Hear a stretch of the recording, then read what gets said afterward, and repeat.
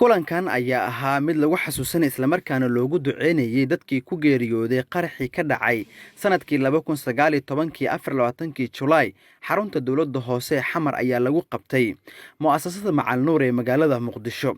madasha ducadaasi sidoo kale kulanka xasuusinta waxaa goobjoog ahaa xildhibaano ka tirsan labada aqal ee baarlamaanka, gudoomiyaha gobolka Banaadir ku xigeenadiisa, aqoon-yahano, culimaaddin, siyaasiyiin qaybaha kala duwan ee bulshada. kulankaasi ducada ah uu soo qaban qaabiyay maamulka mu'asasada Macal Nuur ayaa waxaa ka warbixiyay gudoomiyaha mu'asasada Khaliif Cabduqaadir Macalin Nuur. maanta waxaan isugu nimid inaan quraan akhrino shahaadadii ku geeriyootay sida tabeelaha ku qoran gobolka Banaadir oo ugu horeeyo gudoomiyihii Injineer Riiso Allah u naxariisto iyo intii kale oo meesha joogtay. waxaan uga tacsiyeynaynaa dadkooda inta hadda fadhiisa rag iyo dumarba iyo ummadda Soomaaliyeed guud ahaan. waa ka xanuunsanay sida la idiin sheegay maalintaas meeshaan xafladan ku qabnay oo nagala soo qayb galay gudoomiyaha labada gabdhood oo gudoomiyaha degmooyinka ahaayeen ayagana intay joogeen intay ka qadayeen Allah u naxariisto. sidoo kale Injineer Suuriye waa joogay. qaar inta meeshaan ku sawiran qaar badan oo kamid ah maalintii meeshaan ay ka wada baxeen. khudbadii ugu dambeysay gudoomiyaha iyo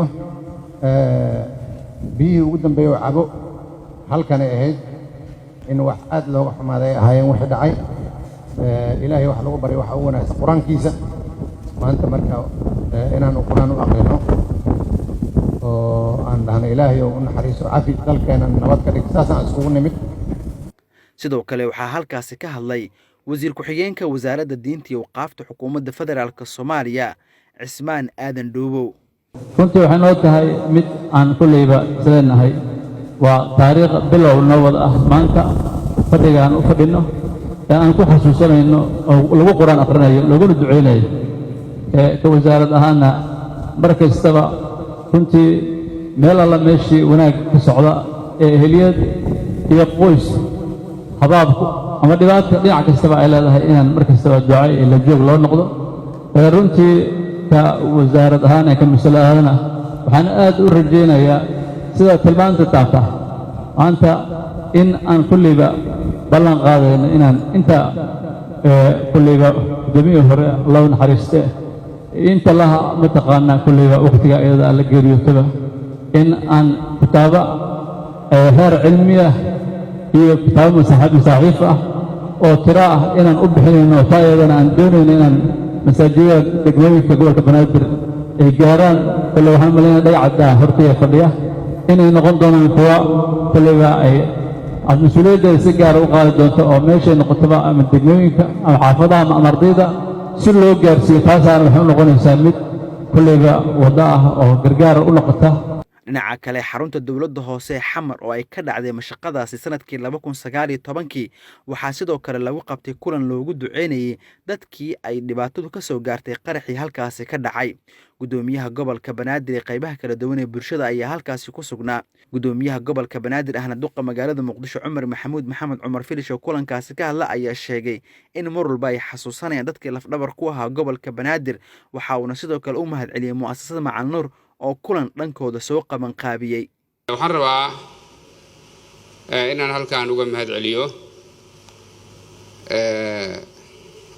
walaalihii loo xil saaray barnaamijkan xuska iyo xasuusinta ah ducada ah diyaarintiisa sida wanaagsan oo ay u diyaariyeen. sidoo kale waxaan uga mahadcelinayaa culimadii maantay ducadii mawlaca Macalin Nuur ayaguna gogosha noogu dhigay oo si aad iyo aad u qurux badan ayaguna noogu diyaariyay munaasabadaas. maantay nagala soo qayb galay iyo ama dadka ehelada ah maanta nagala soo qayb galay halkan xuska ah. waxaan rabaa inaan halkan uga tacsiyeeyo dhibaatadii ku dhacday shakhsiyaadkii ka socday ehelkooda.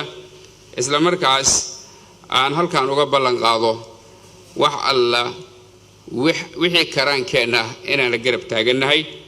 agoonta waa lagu dadaalaa sanadkii la soo dhaafay waa lagu dadaalay waana sii ogaan doonaa insha Allah sida dhaawacyada hadda weli isbitaalada ku jira ama u naafoobay dhacdadaas. Maxamed Cabdinaasir ayaan leh Universal TV Muqdisho.